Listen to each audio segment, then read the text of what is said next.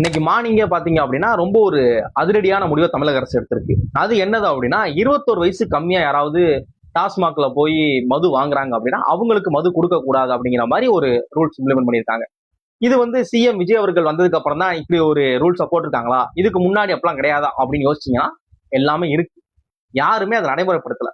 என்னது அப்படின்னா 2003 மதுக்கடைகள் மற்றும் மதுக்கூடங்கள் விதிப்படி என்ன சொல்றாங்க அப்படின்னா லீகல் ட்ரிங்கிங் ஏஜ் 21 வயசு தான்.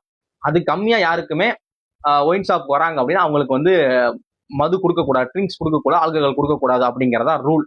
ஆனா இதை யாருமே ஸ்ட்ராங்கா இம்ப்ளிமெண்ட் பண்றது கிடையாது. எந்த கவர்மெண்ட்டுமே ரொம்ப ஸ்ட்ரிக்டா அதை ஃபாலோ பண்றது கிடையாது. அப்படி ஏதாவது பண்றாங்க அப்படின்னா ரொம்ப ரொம்ப ரேரா 1-2 கேஸ் மாட்டுன்னு வச்சுக்காங்களேன். ரொம்ப ஸ்ட்ரிக்டா அதை ஃபாலோ பண்றது கிடையாது. அதை வந்து விஜய் அவர்கள் கவர்மெண்ட் எப்படி ரொம்ப ஸ்ட்ரிக்டா இம்ப்ளிமெண்ட் பண்ண போறாங்க அப்படிங்கறதான் விஷயமே இருக்கு. இன்னொன்னு பாத்தீங்க அப்படின்னா இவங்க என்ன சொல்றாங்க அப்படின்னா சப்போஸ் செல்லர்ஸ் எந்த கவனமா இருக்கணும், ஒரு 21 வயசு உங்களுக்கு இருக்குமா அப்படின்னு டவுட் பண்றீங்க அப்படின்னா அவங்களோட ஓட்டர் ஐடியோ இல்ல உங்களோட ஆதார் கார்டையோ நீங்க வாங்கி செக் பண்ணி பார்த்து அப்புறம் நீங்க கொடுக்கலாம் அப்படிங்கிற மாதிரி சொல்றாங்க.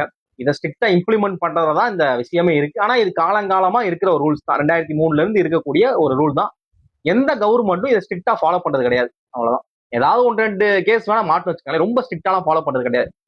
இன்னொன்னு பாத்தீங்க அப்படின்னா இது நேற்று சட்டப்பேரவையில வந்து சௌமியா அன்புமணி வந்து இந்த விஷயத்த சொன்னாங்க. சேலம் தர்மபுரி சேலம் இந்த மாதிரி இளைஞர்கள் வந்து ரொம்ப குடிக்க அதிகம் அடிமையா இருக்காங்க, இதை நீங்க எப்படியாவது தமிழக அரசு நடவடிக்கை எடுக்கணும், ரொம்ப இதா இருக்கு அப்படின்னாங்க. விஜய் சார் அமைதியா இந்த விஷயத்தை நோட் பண்ணிக்கிட்டே இருந்தாரு. காலையிலேயே இந்த விஷயத்தை இது பண்ண நல்லா இருக்கு, உண்மையிலே வரவேற்கத்தக்கது. தயவு செய்து அதை ரொம்ப ஸ்ட்ராங்கா இம்ப்ளிமெண்ட் பண்ணுங்க அப்படிங்கறதா ஒரு வேண்டுகோள். ரொம்ப நல்லா இருந்தது, நல்ல விஷயம் தான். அது எழுதிக்கிட்டே இருந்தா தமிழன் படத்துல எழுதுவார்ல அது மாதிரி எழுதிக்கிட்டே இருந்தாரு. சரி ஏதாவது பண்ணுவாருன்னு பார்த்தா காலையிலேயே அதுக்கான சொல்யூஷன் சொல்லியிருக்காங்க. ரொம்ப ஸ்ட்ரிக்டா இம்ப்ளிமெண்ட் பண்ணுங்க அப்படிங்கறதான்.